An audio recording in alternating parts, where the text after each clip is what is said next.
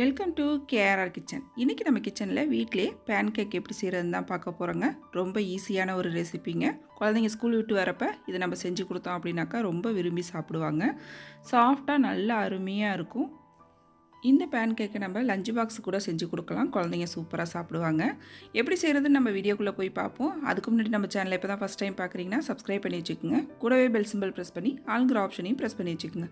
அப்போ தான் நான் போகிற வீடியோஸ் எல்லாம் உங்களுக்கு தொடர்ந்து நோட்டிஃபிகேஷனில் உடனுக்குடனே கிடச்சிக்கிட்டு இருக்கும். இப்போ வாங்க இந்த பேன் கேக் எப்படி செய்கிறதுன்னு பார்த்துடலாம்.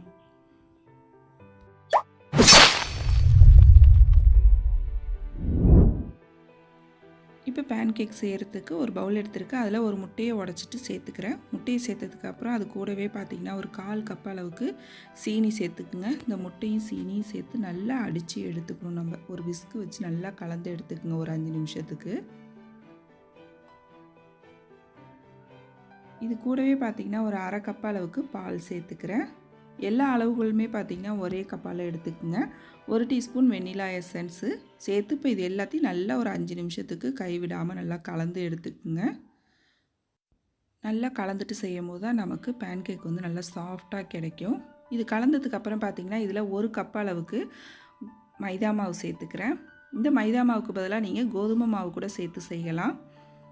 1 கப்பு மாவுக்கு வந்து பார்த்திங்கன்னா 1/4 கப் அளவுக்கு சர்க்கரை, 1/2 கப் அளவு பால், அப்புறம் பார்த்திங்கன்னா ஒரு 1/4 டீஸ்பூன் அளவுக்கு உப்பு சேர்த்துருக்கேன். ஒரு 2 டேபிள் ஸ்பூன் அளவுக்கு எண்ணெய் சேர்த்துக்கிறேன். இது வந்து சன்ஃப்ளவர் ஆயில் சேர்த்துக்கிறேன் 2 டேபிள் ஸ்பூன். வாசனை இல்லாத எண்ணெய் தான் சேர்த்துக்கணும். இப்போ இது எல்லாத்தையும் நல்லா கலந்து எடுத்துக்குவோம். இப்போ பாருங்கள் மாவு கொஞ்சம் திக்காக இருக்குது. இது வந்து இன்னும் கொஞ்சம் பால் சேர்த்து நல்லா கலந்து எடுத்துக்கிறேன். இன்னும் ஒரு 1/4 கப் அளவுக்கு பால் சேர்த்து நம்ம தோசை மாவு பக்குவத்துக்கு கலந்து எடுத்துக்கணும். கட்டிகள்லாம் இல்லாமல் நல்லா ஒத்தாப்பில் இது போல் கரைச்சி எடுத்துக்கங்க. மாவு பக்குவம் பாருங்கள் இந்த அளவுக்கு இருக்கணும். நம்ம தோசை மாவு எந்த அளவுக்கு எடுத்து ஊற்றுவோமோ அதே போல் இருக்கணும். நல்லா கலந்ததுக்கப்புறம் பார்த்திங்கன்னா இதில் ஒரு 1/2 டீஸ்பூன் அளவுக்கு பேக்கிங் சோடா சேர்த்து கலந்துக்கிறேன். இதுக்கு பதிலாக நீங்கள் ஆப்ப சோடா கூட சேர்த்துக்கலாம்.